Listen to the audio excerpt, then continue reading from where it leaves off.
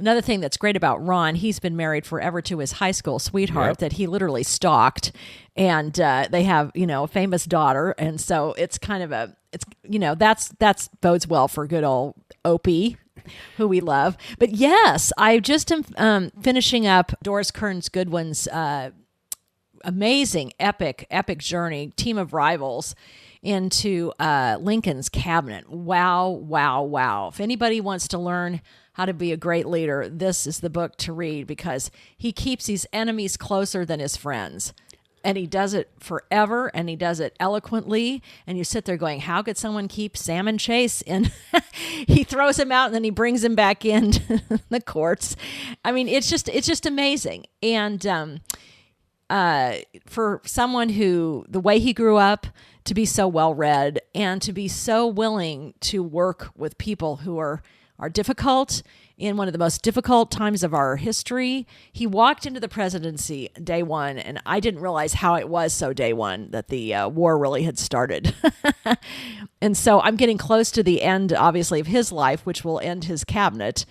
But if anyone is interested to learn about leadership, politics, how to get along with others, and how to keep a sense of humor while you're doing it, this is the book to read. Of course, it is the book that is the basis. It's much more, because they just use parts of it, obviously, for the Daniel Day-Lewis portrayal of Lincoln, which was a highly acclaimed film as well. And I'm about to embark on the near 1,000-page epic on Walter Cronkite, which you have read. I have not, and I am very excited to read. I just started it yesterday, as a matter of fact.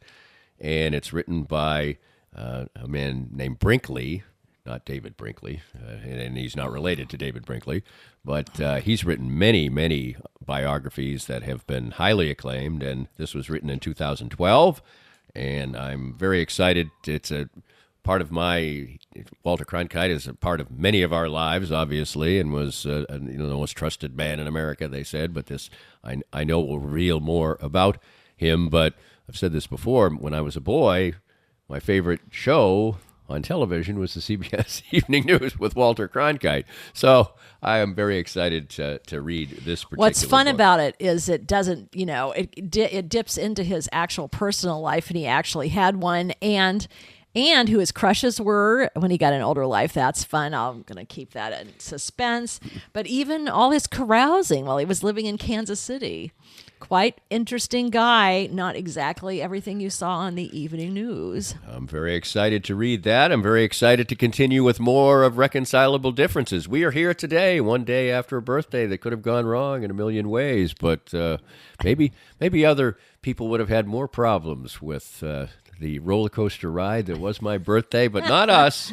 And we'll be back to talk a little Olympics, a classic film, and more on Reconcilable Differences with Danny and Jane, part of Arts and Lifestyle Wednesday, presented by Cinematic Visions. More of Danny's Reasonably Irreverent podcast after this. We're here at the 23rd Street Brewery with Matt Llewellyn. And Matt, basketball's over, football's still a few months away, but there's always fun to be had at the 23rd Street Brewery. Absolutely. We've always got something going on here. The games are always going on. It's a great place to come enjoy everything out on the patio. Beautiful scenery out there. Great beer. I've got a great brewer, great food. It's always fun here at the brewery. And the atmosphere is great and friendly and warm, too. We always want to make sure you're a lot happier when you leave than you were when you came in. Always fun here at the 23rd Street Brewery at 23rd and Castle. Make sure to come by when you're in Lawrence.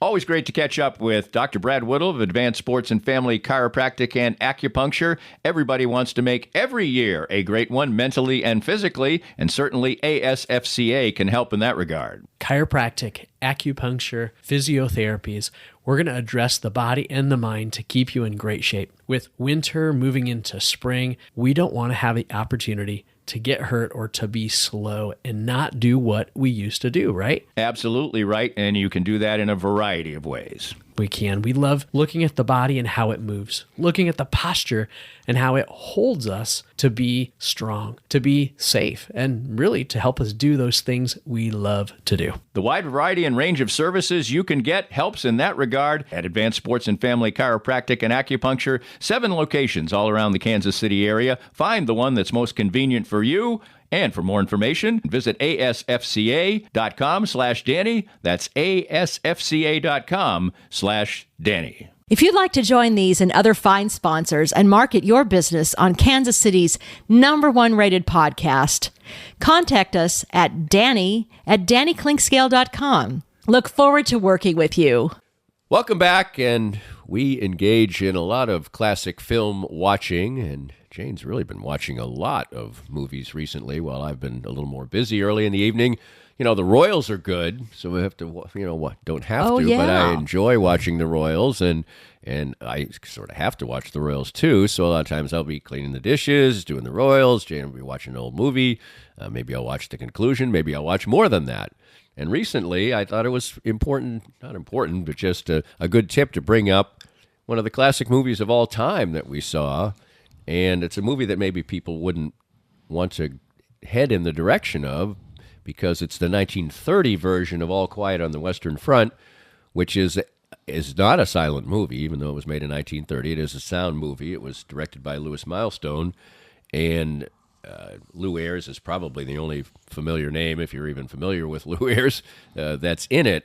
And it's a staggeringly modern movie for 1930 about the horrors of war, and it's about German soldiers, and it's unbelievably moving. It's an unbelievably well-crafted film. It's acted well. The special effects, as it were, of the time were amazing. And I think that sometimes people, and it's a pre-code movie, which means there's a thing that came up called the Hays Code, and it was about 1933, and mostly it was designed to scrub sex out of movies, but also as violence and political overtones that were not seen as proper or whatever. Well, this is a seriously anti-war movie, and that may not have, been something that could have passed the code after 1933. I don't know. But it's a brilliant film, and I can highly recommend that people go see it as one of the really epic moments of cinema. And they did this very beautiful, beautiful redo just a couple of years ago, which is stunning in its own right. But when you go back to this one, there's something raw and, more realistic in some ways. Maybe it's because it's black and white, but there's something about, in World War I, those trenches, when you're a young boy and you're being cheerleaded from your teachers about going into war because it's, the thing to do in your duty, and they're innocently walking into death. It's like, it's pretty sad, but it's so well acted, and there's great camaraderie with these guys. So the storyline of who these guys really are and where they're from, especially obviously the Lou Ayres character, it makes you see there's humanity on both sides of war, no matter where you are, which would be really nice if our country would get that sometimes.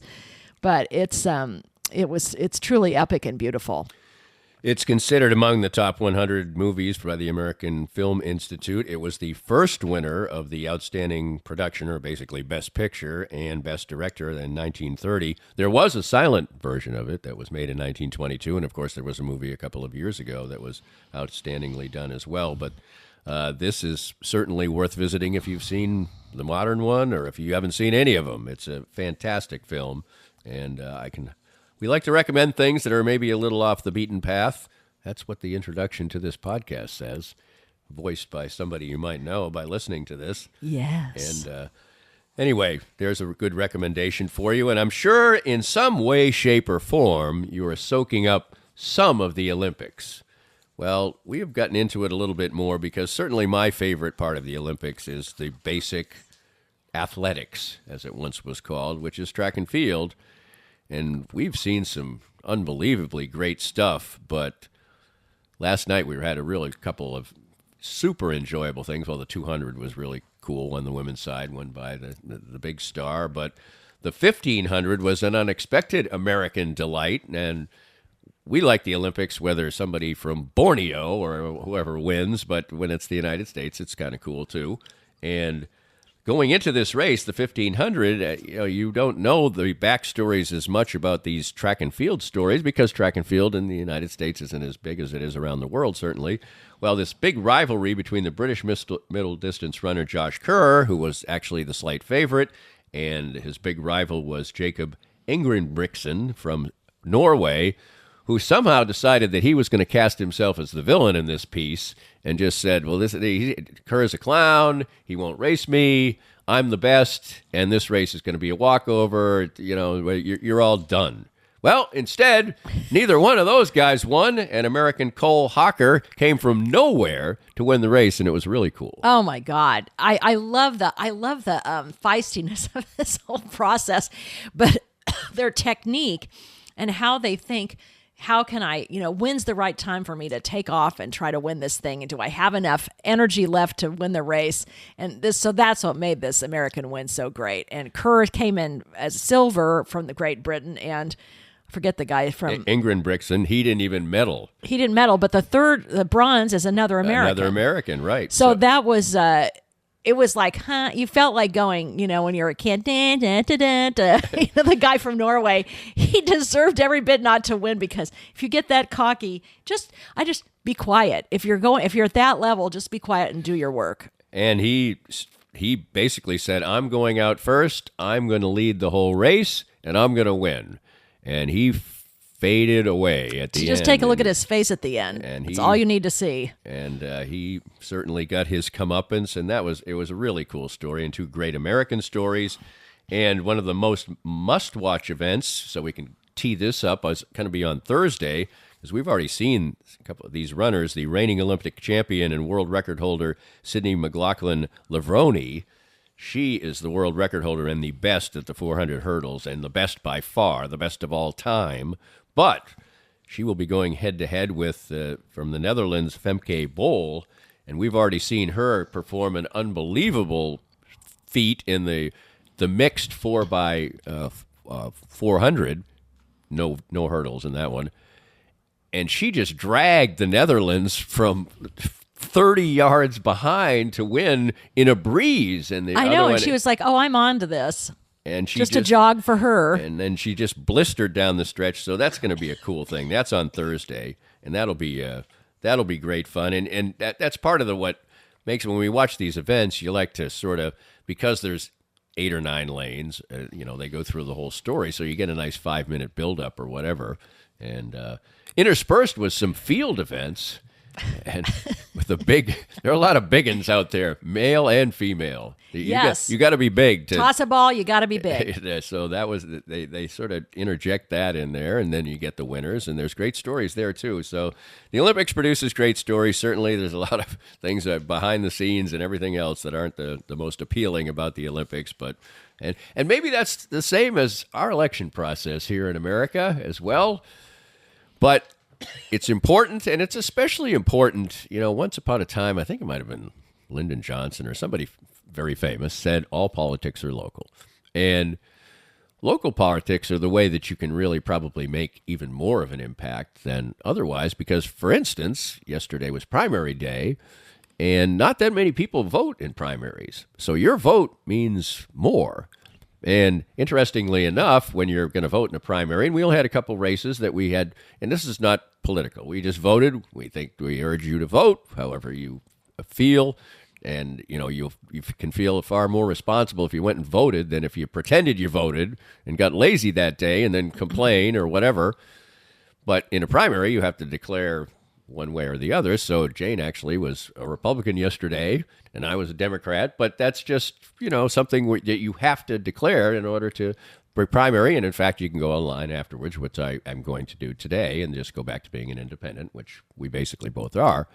And it's just important that you go and vote.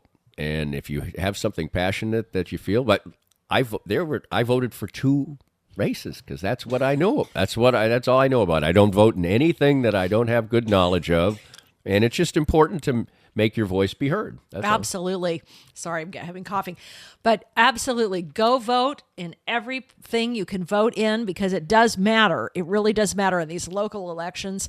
I was heated about some of these little races, and one went well, one didn't go well. So there we go.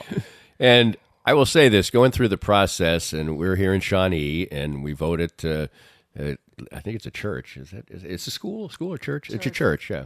And it doesn't look like a church when you walk in, but and it's so professionally done. And this is my only slightly political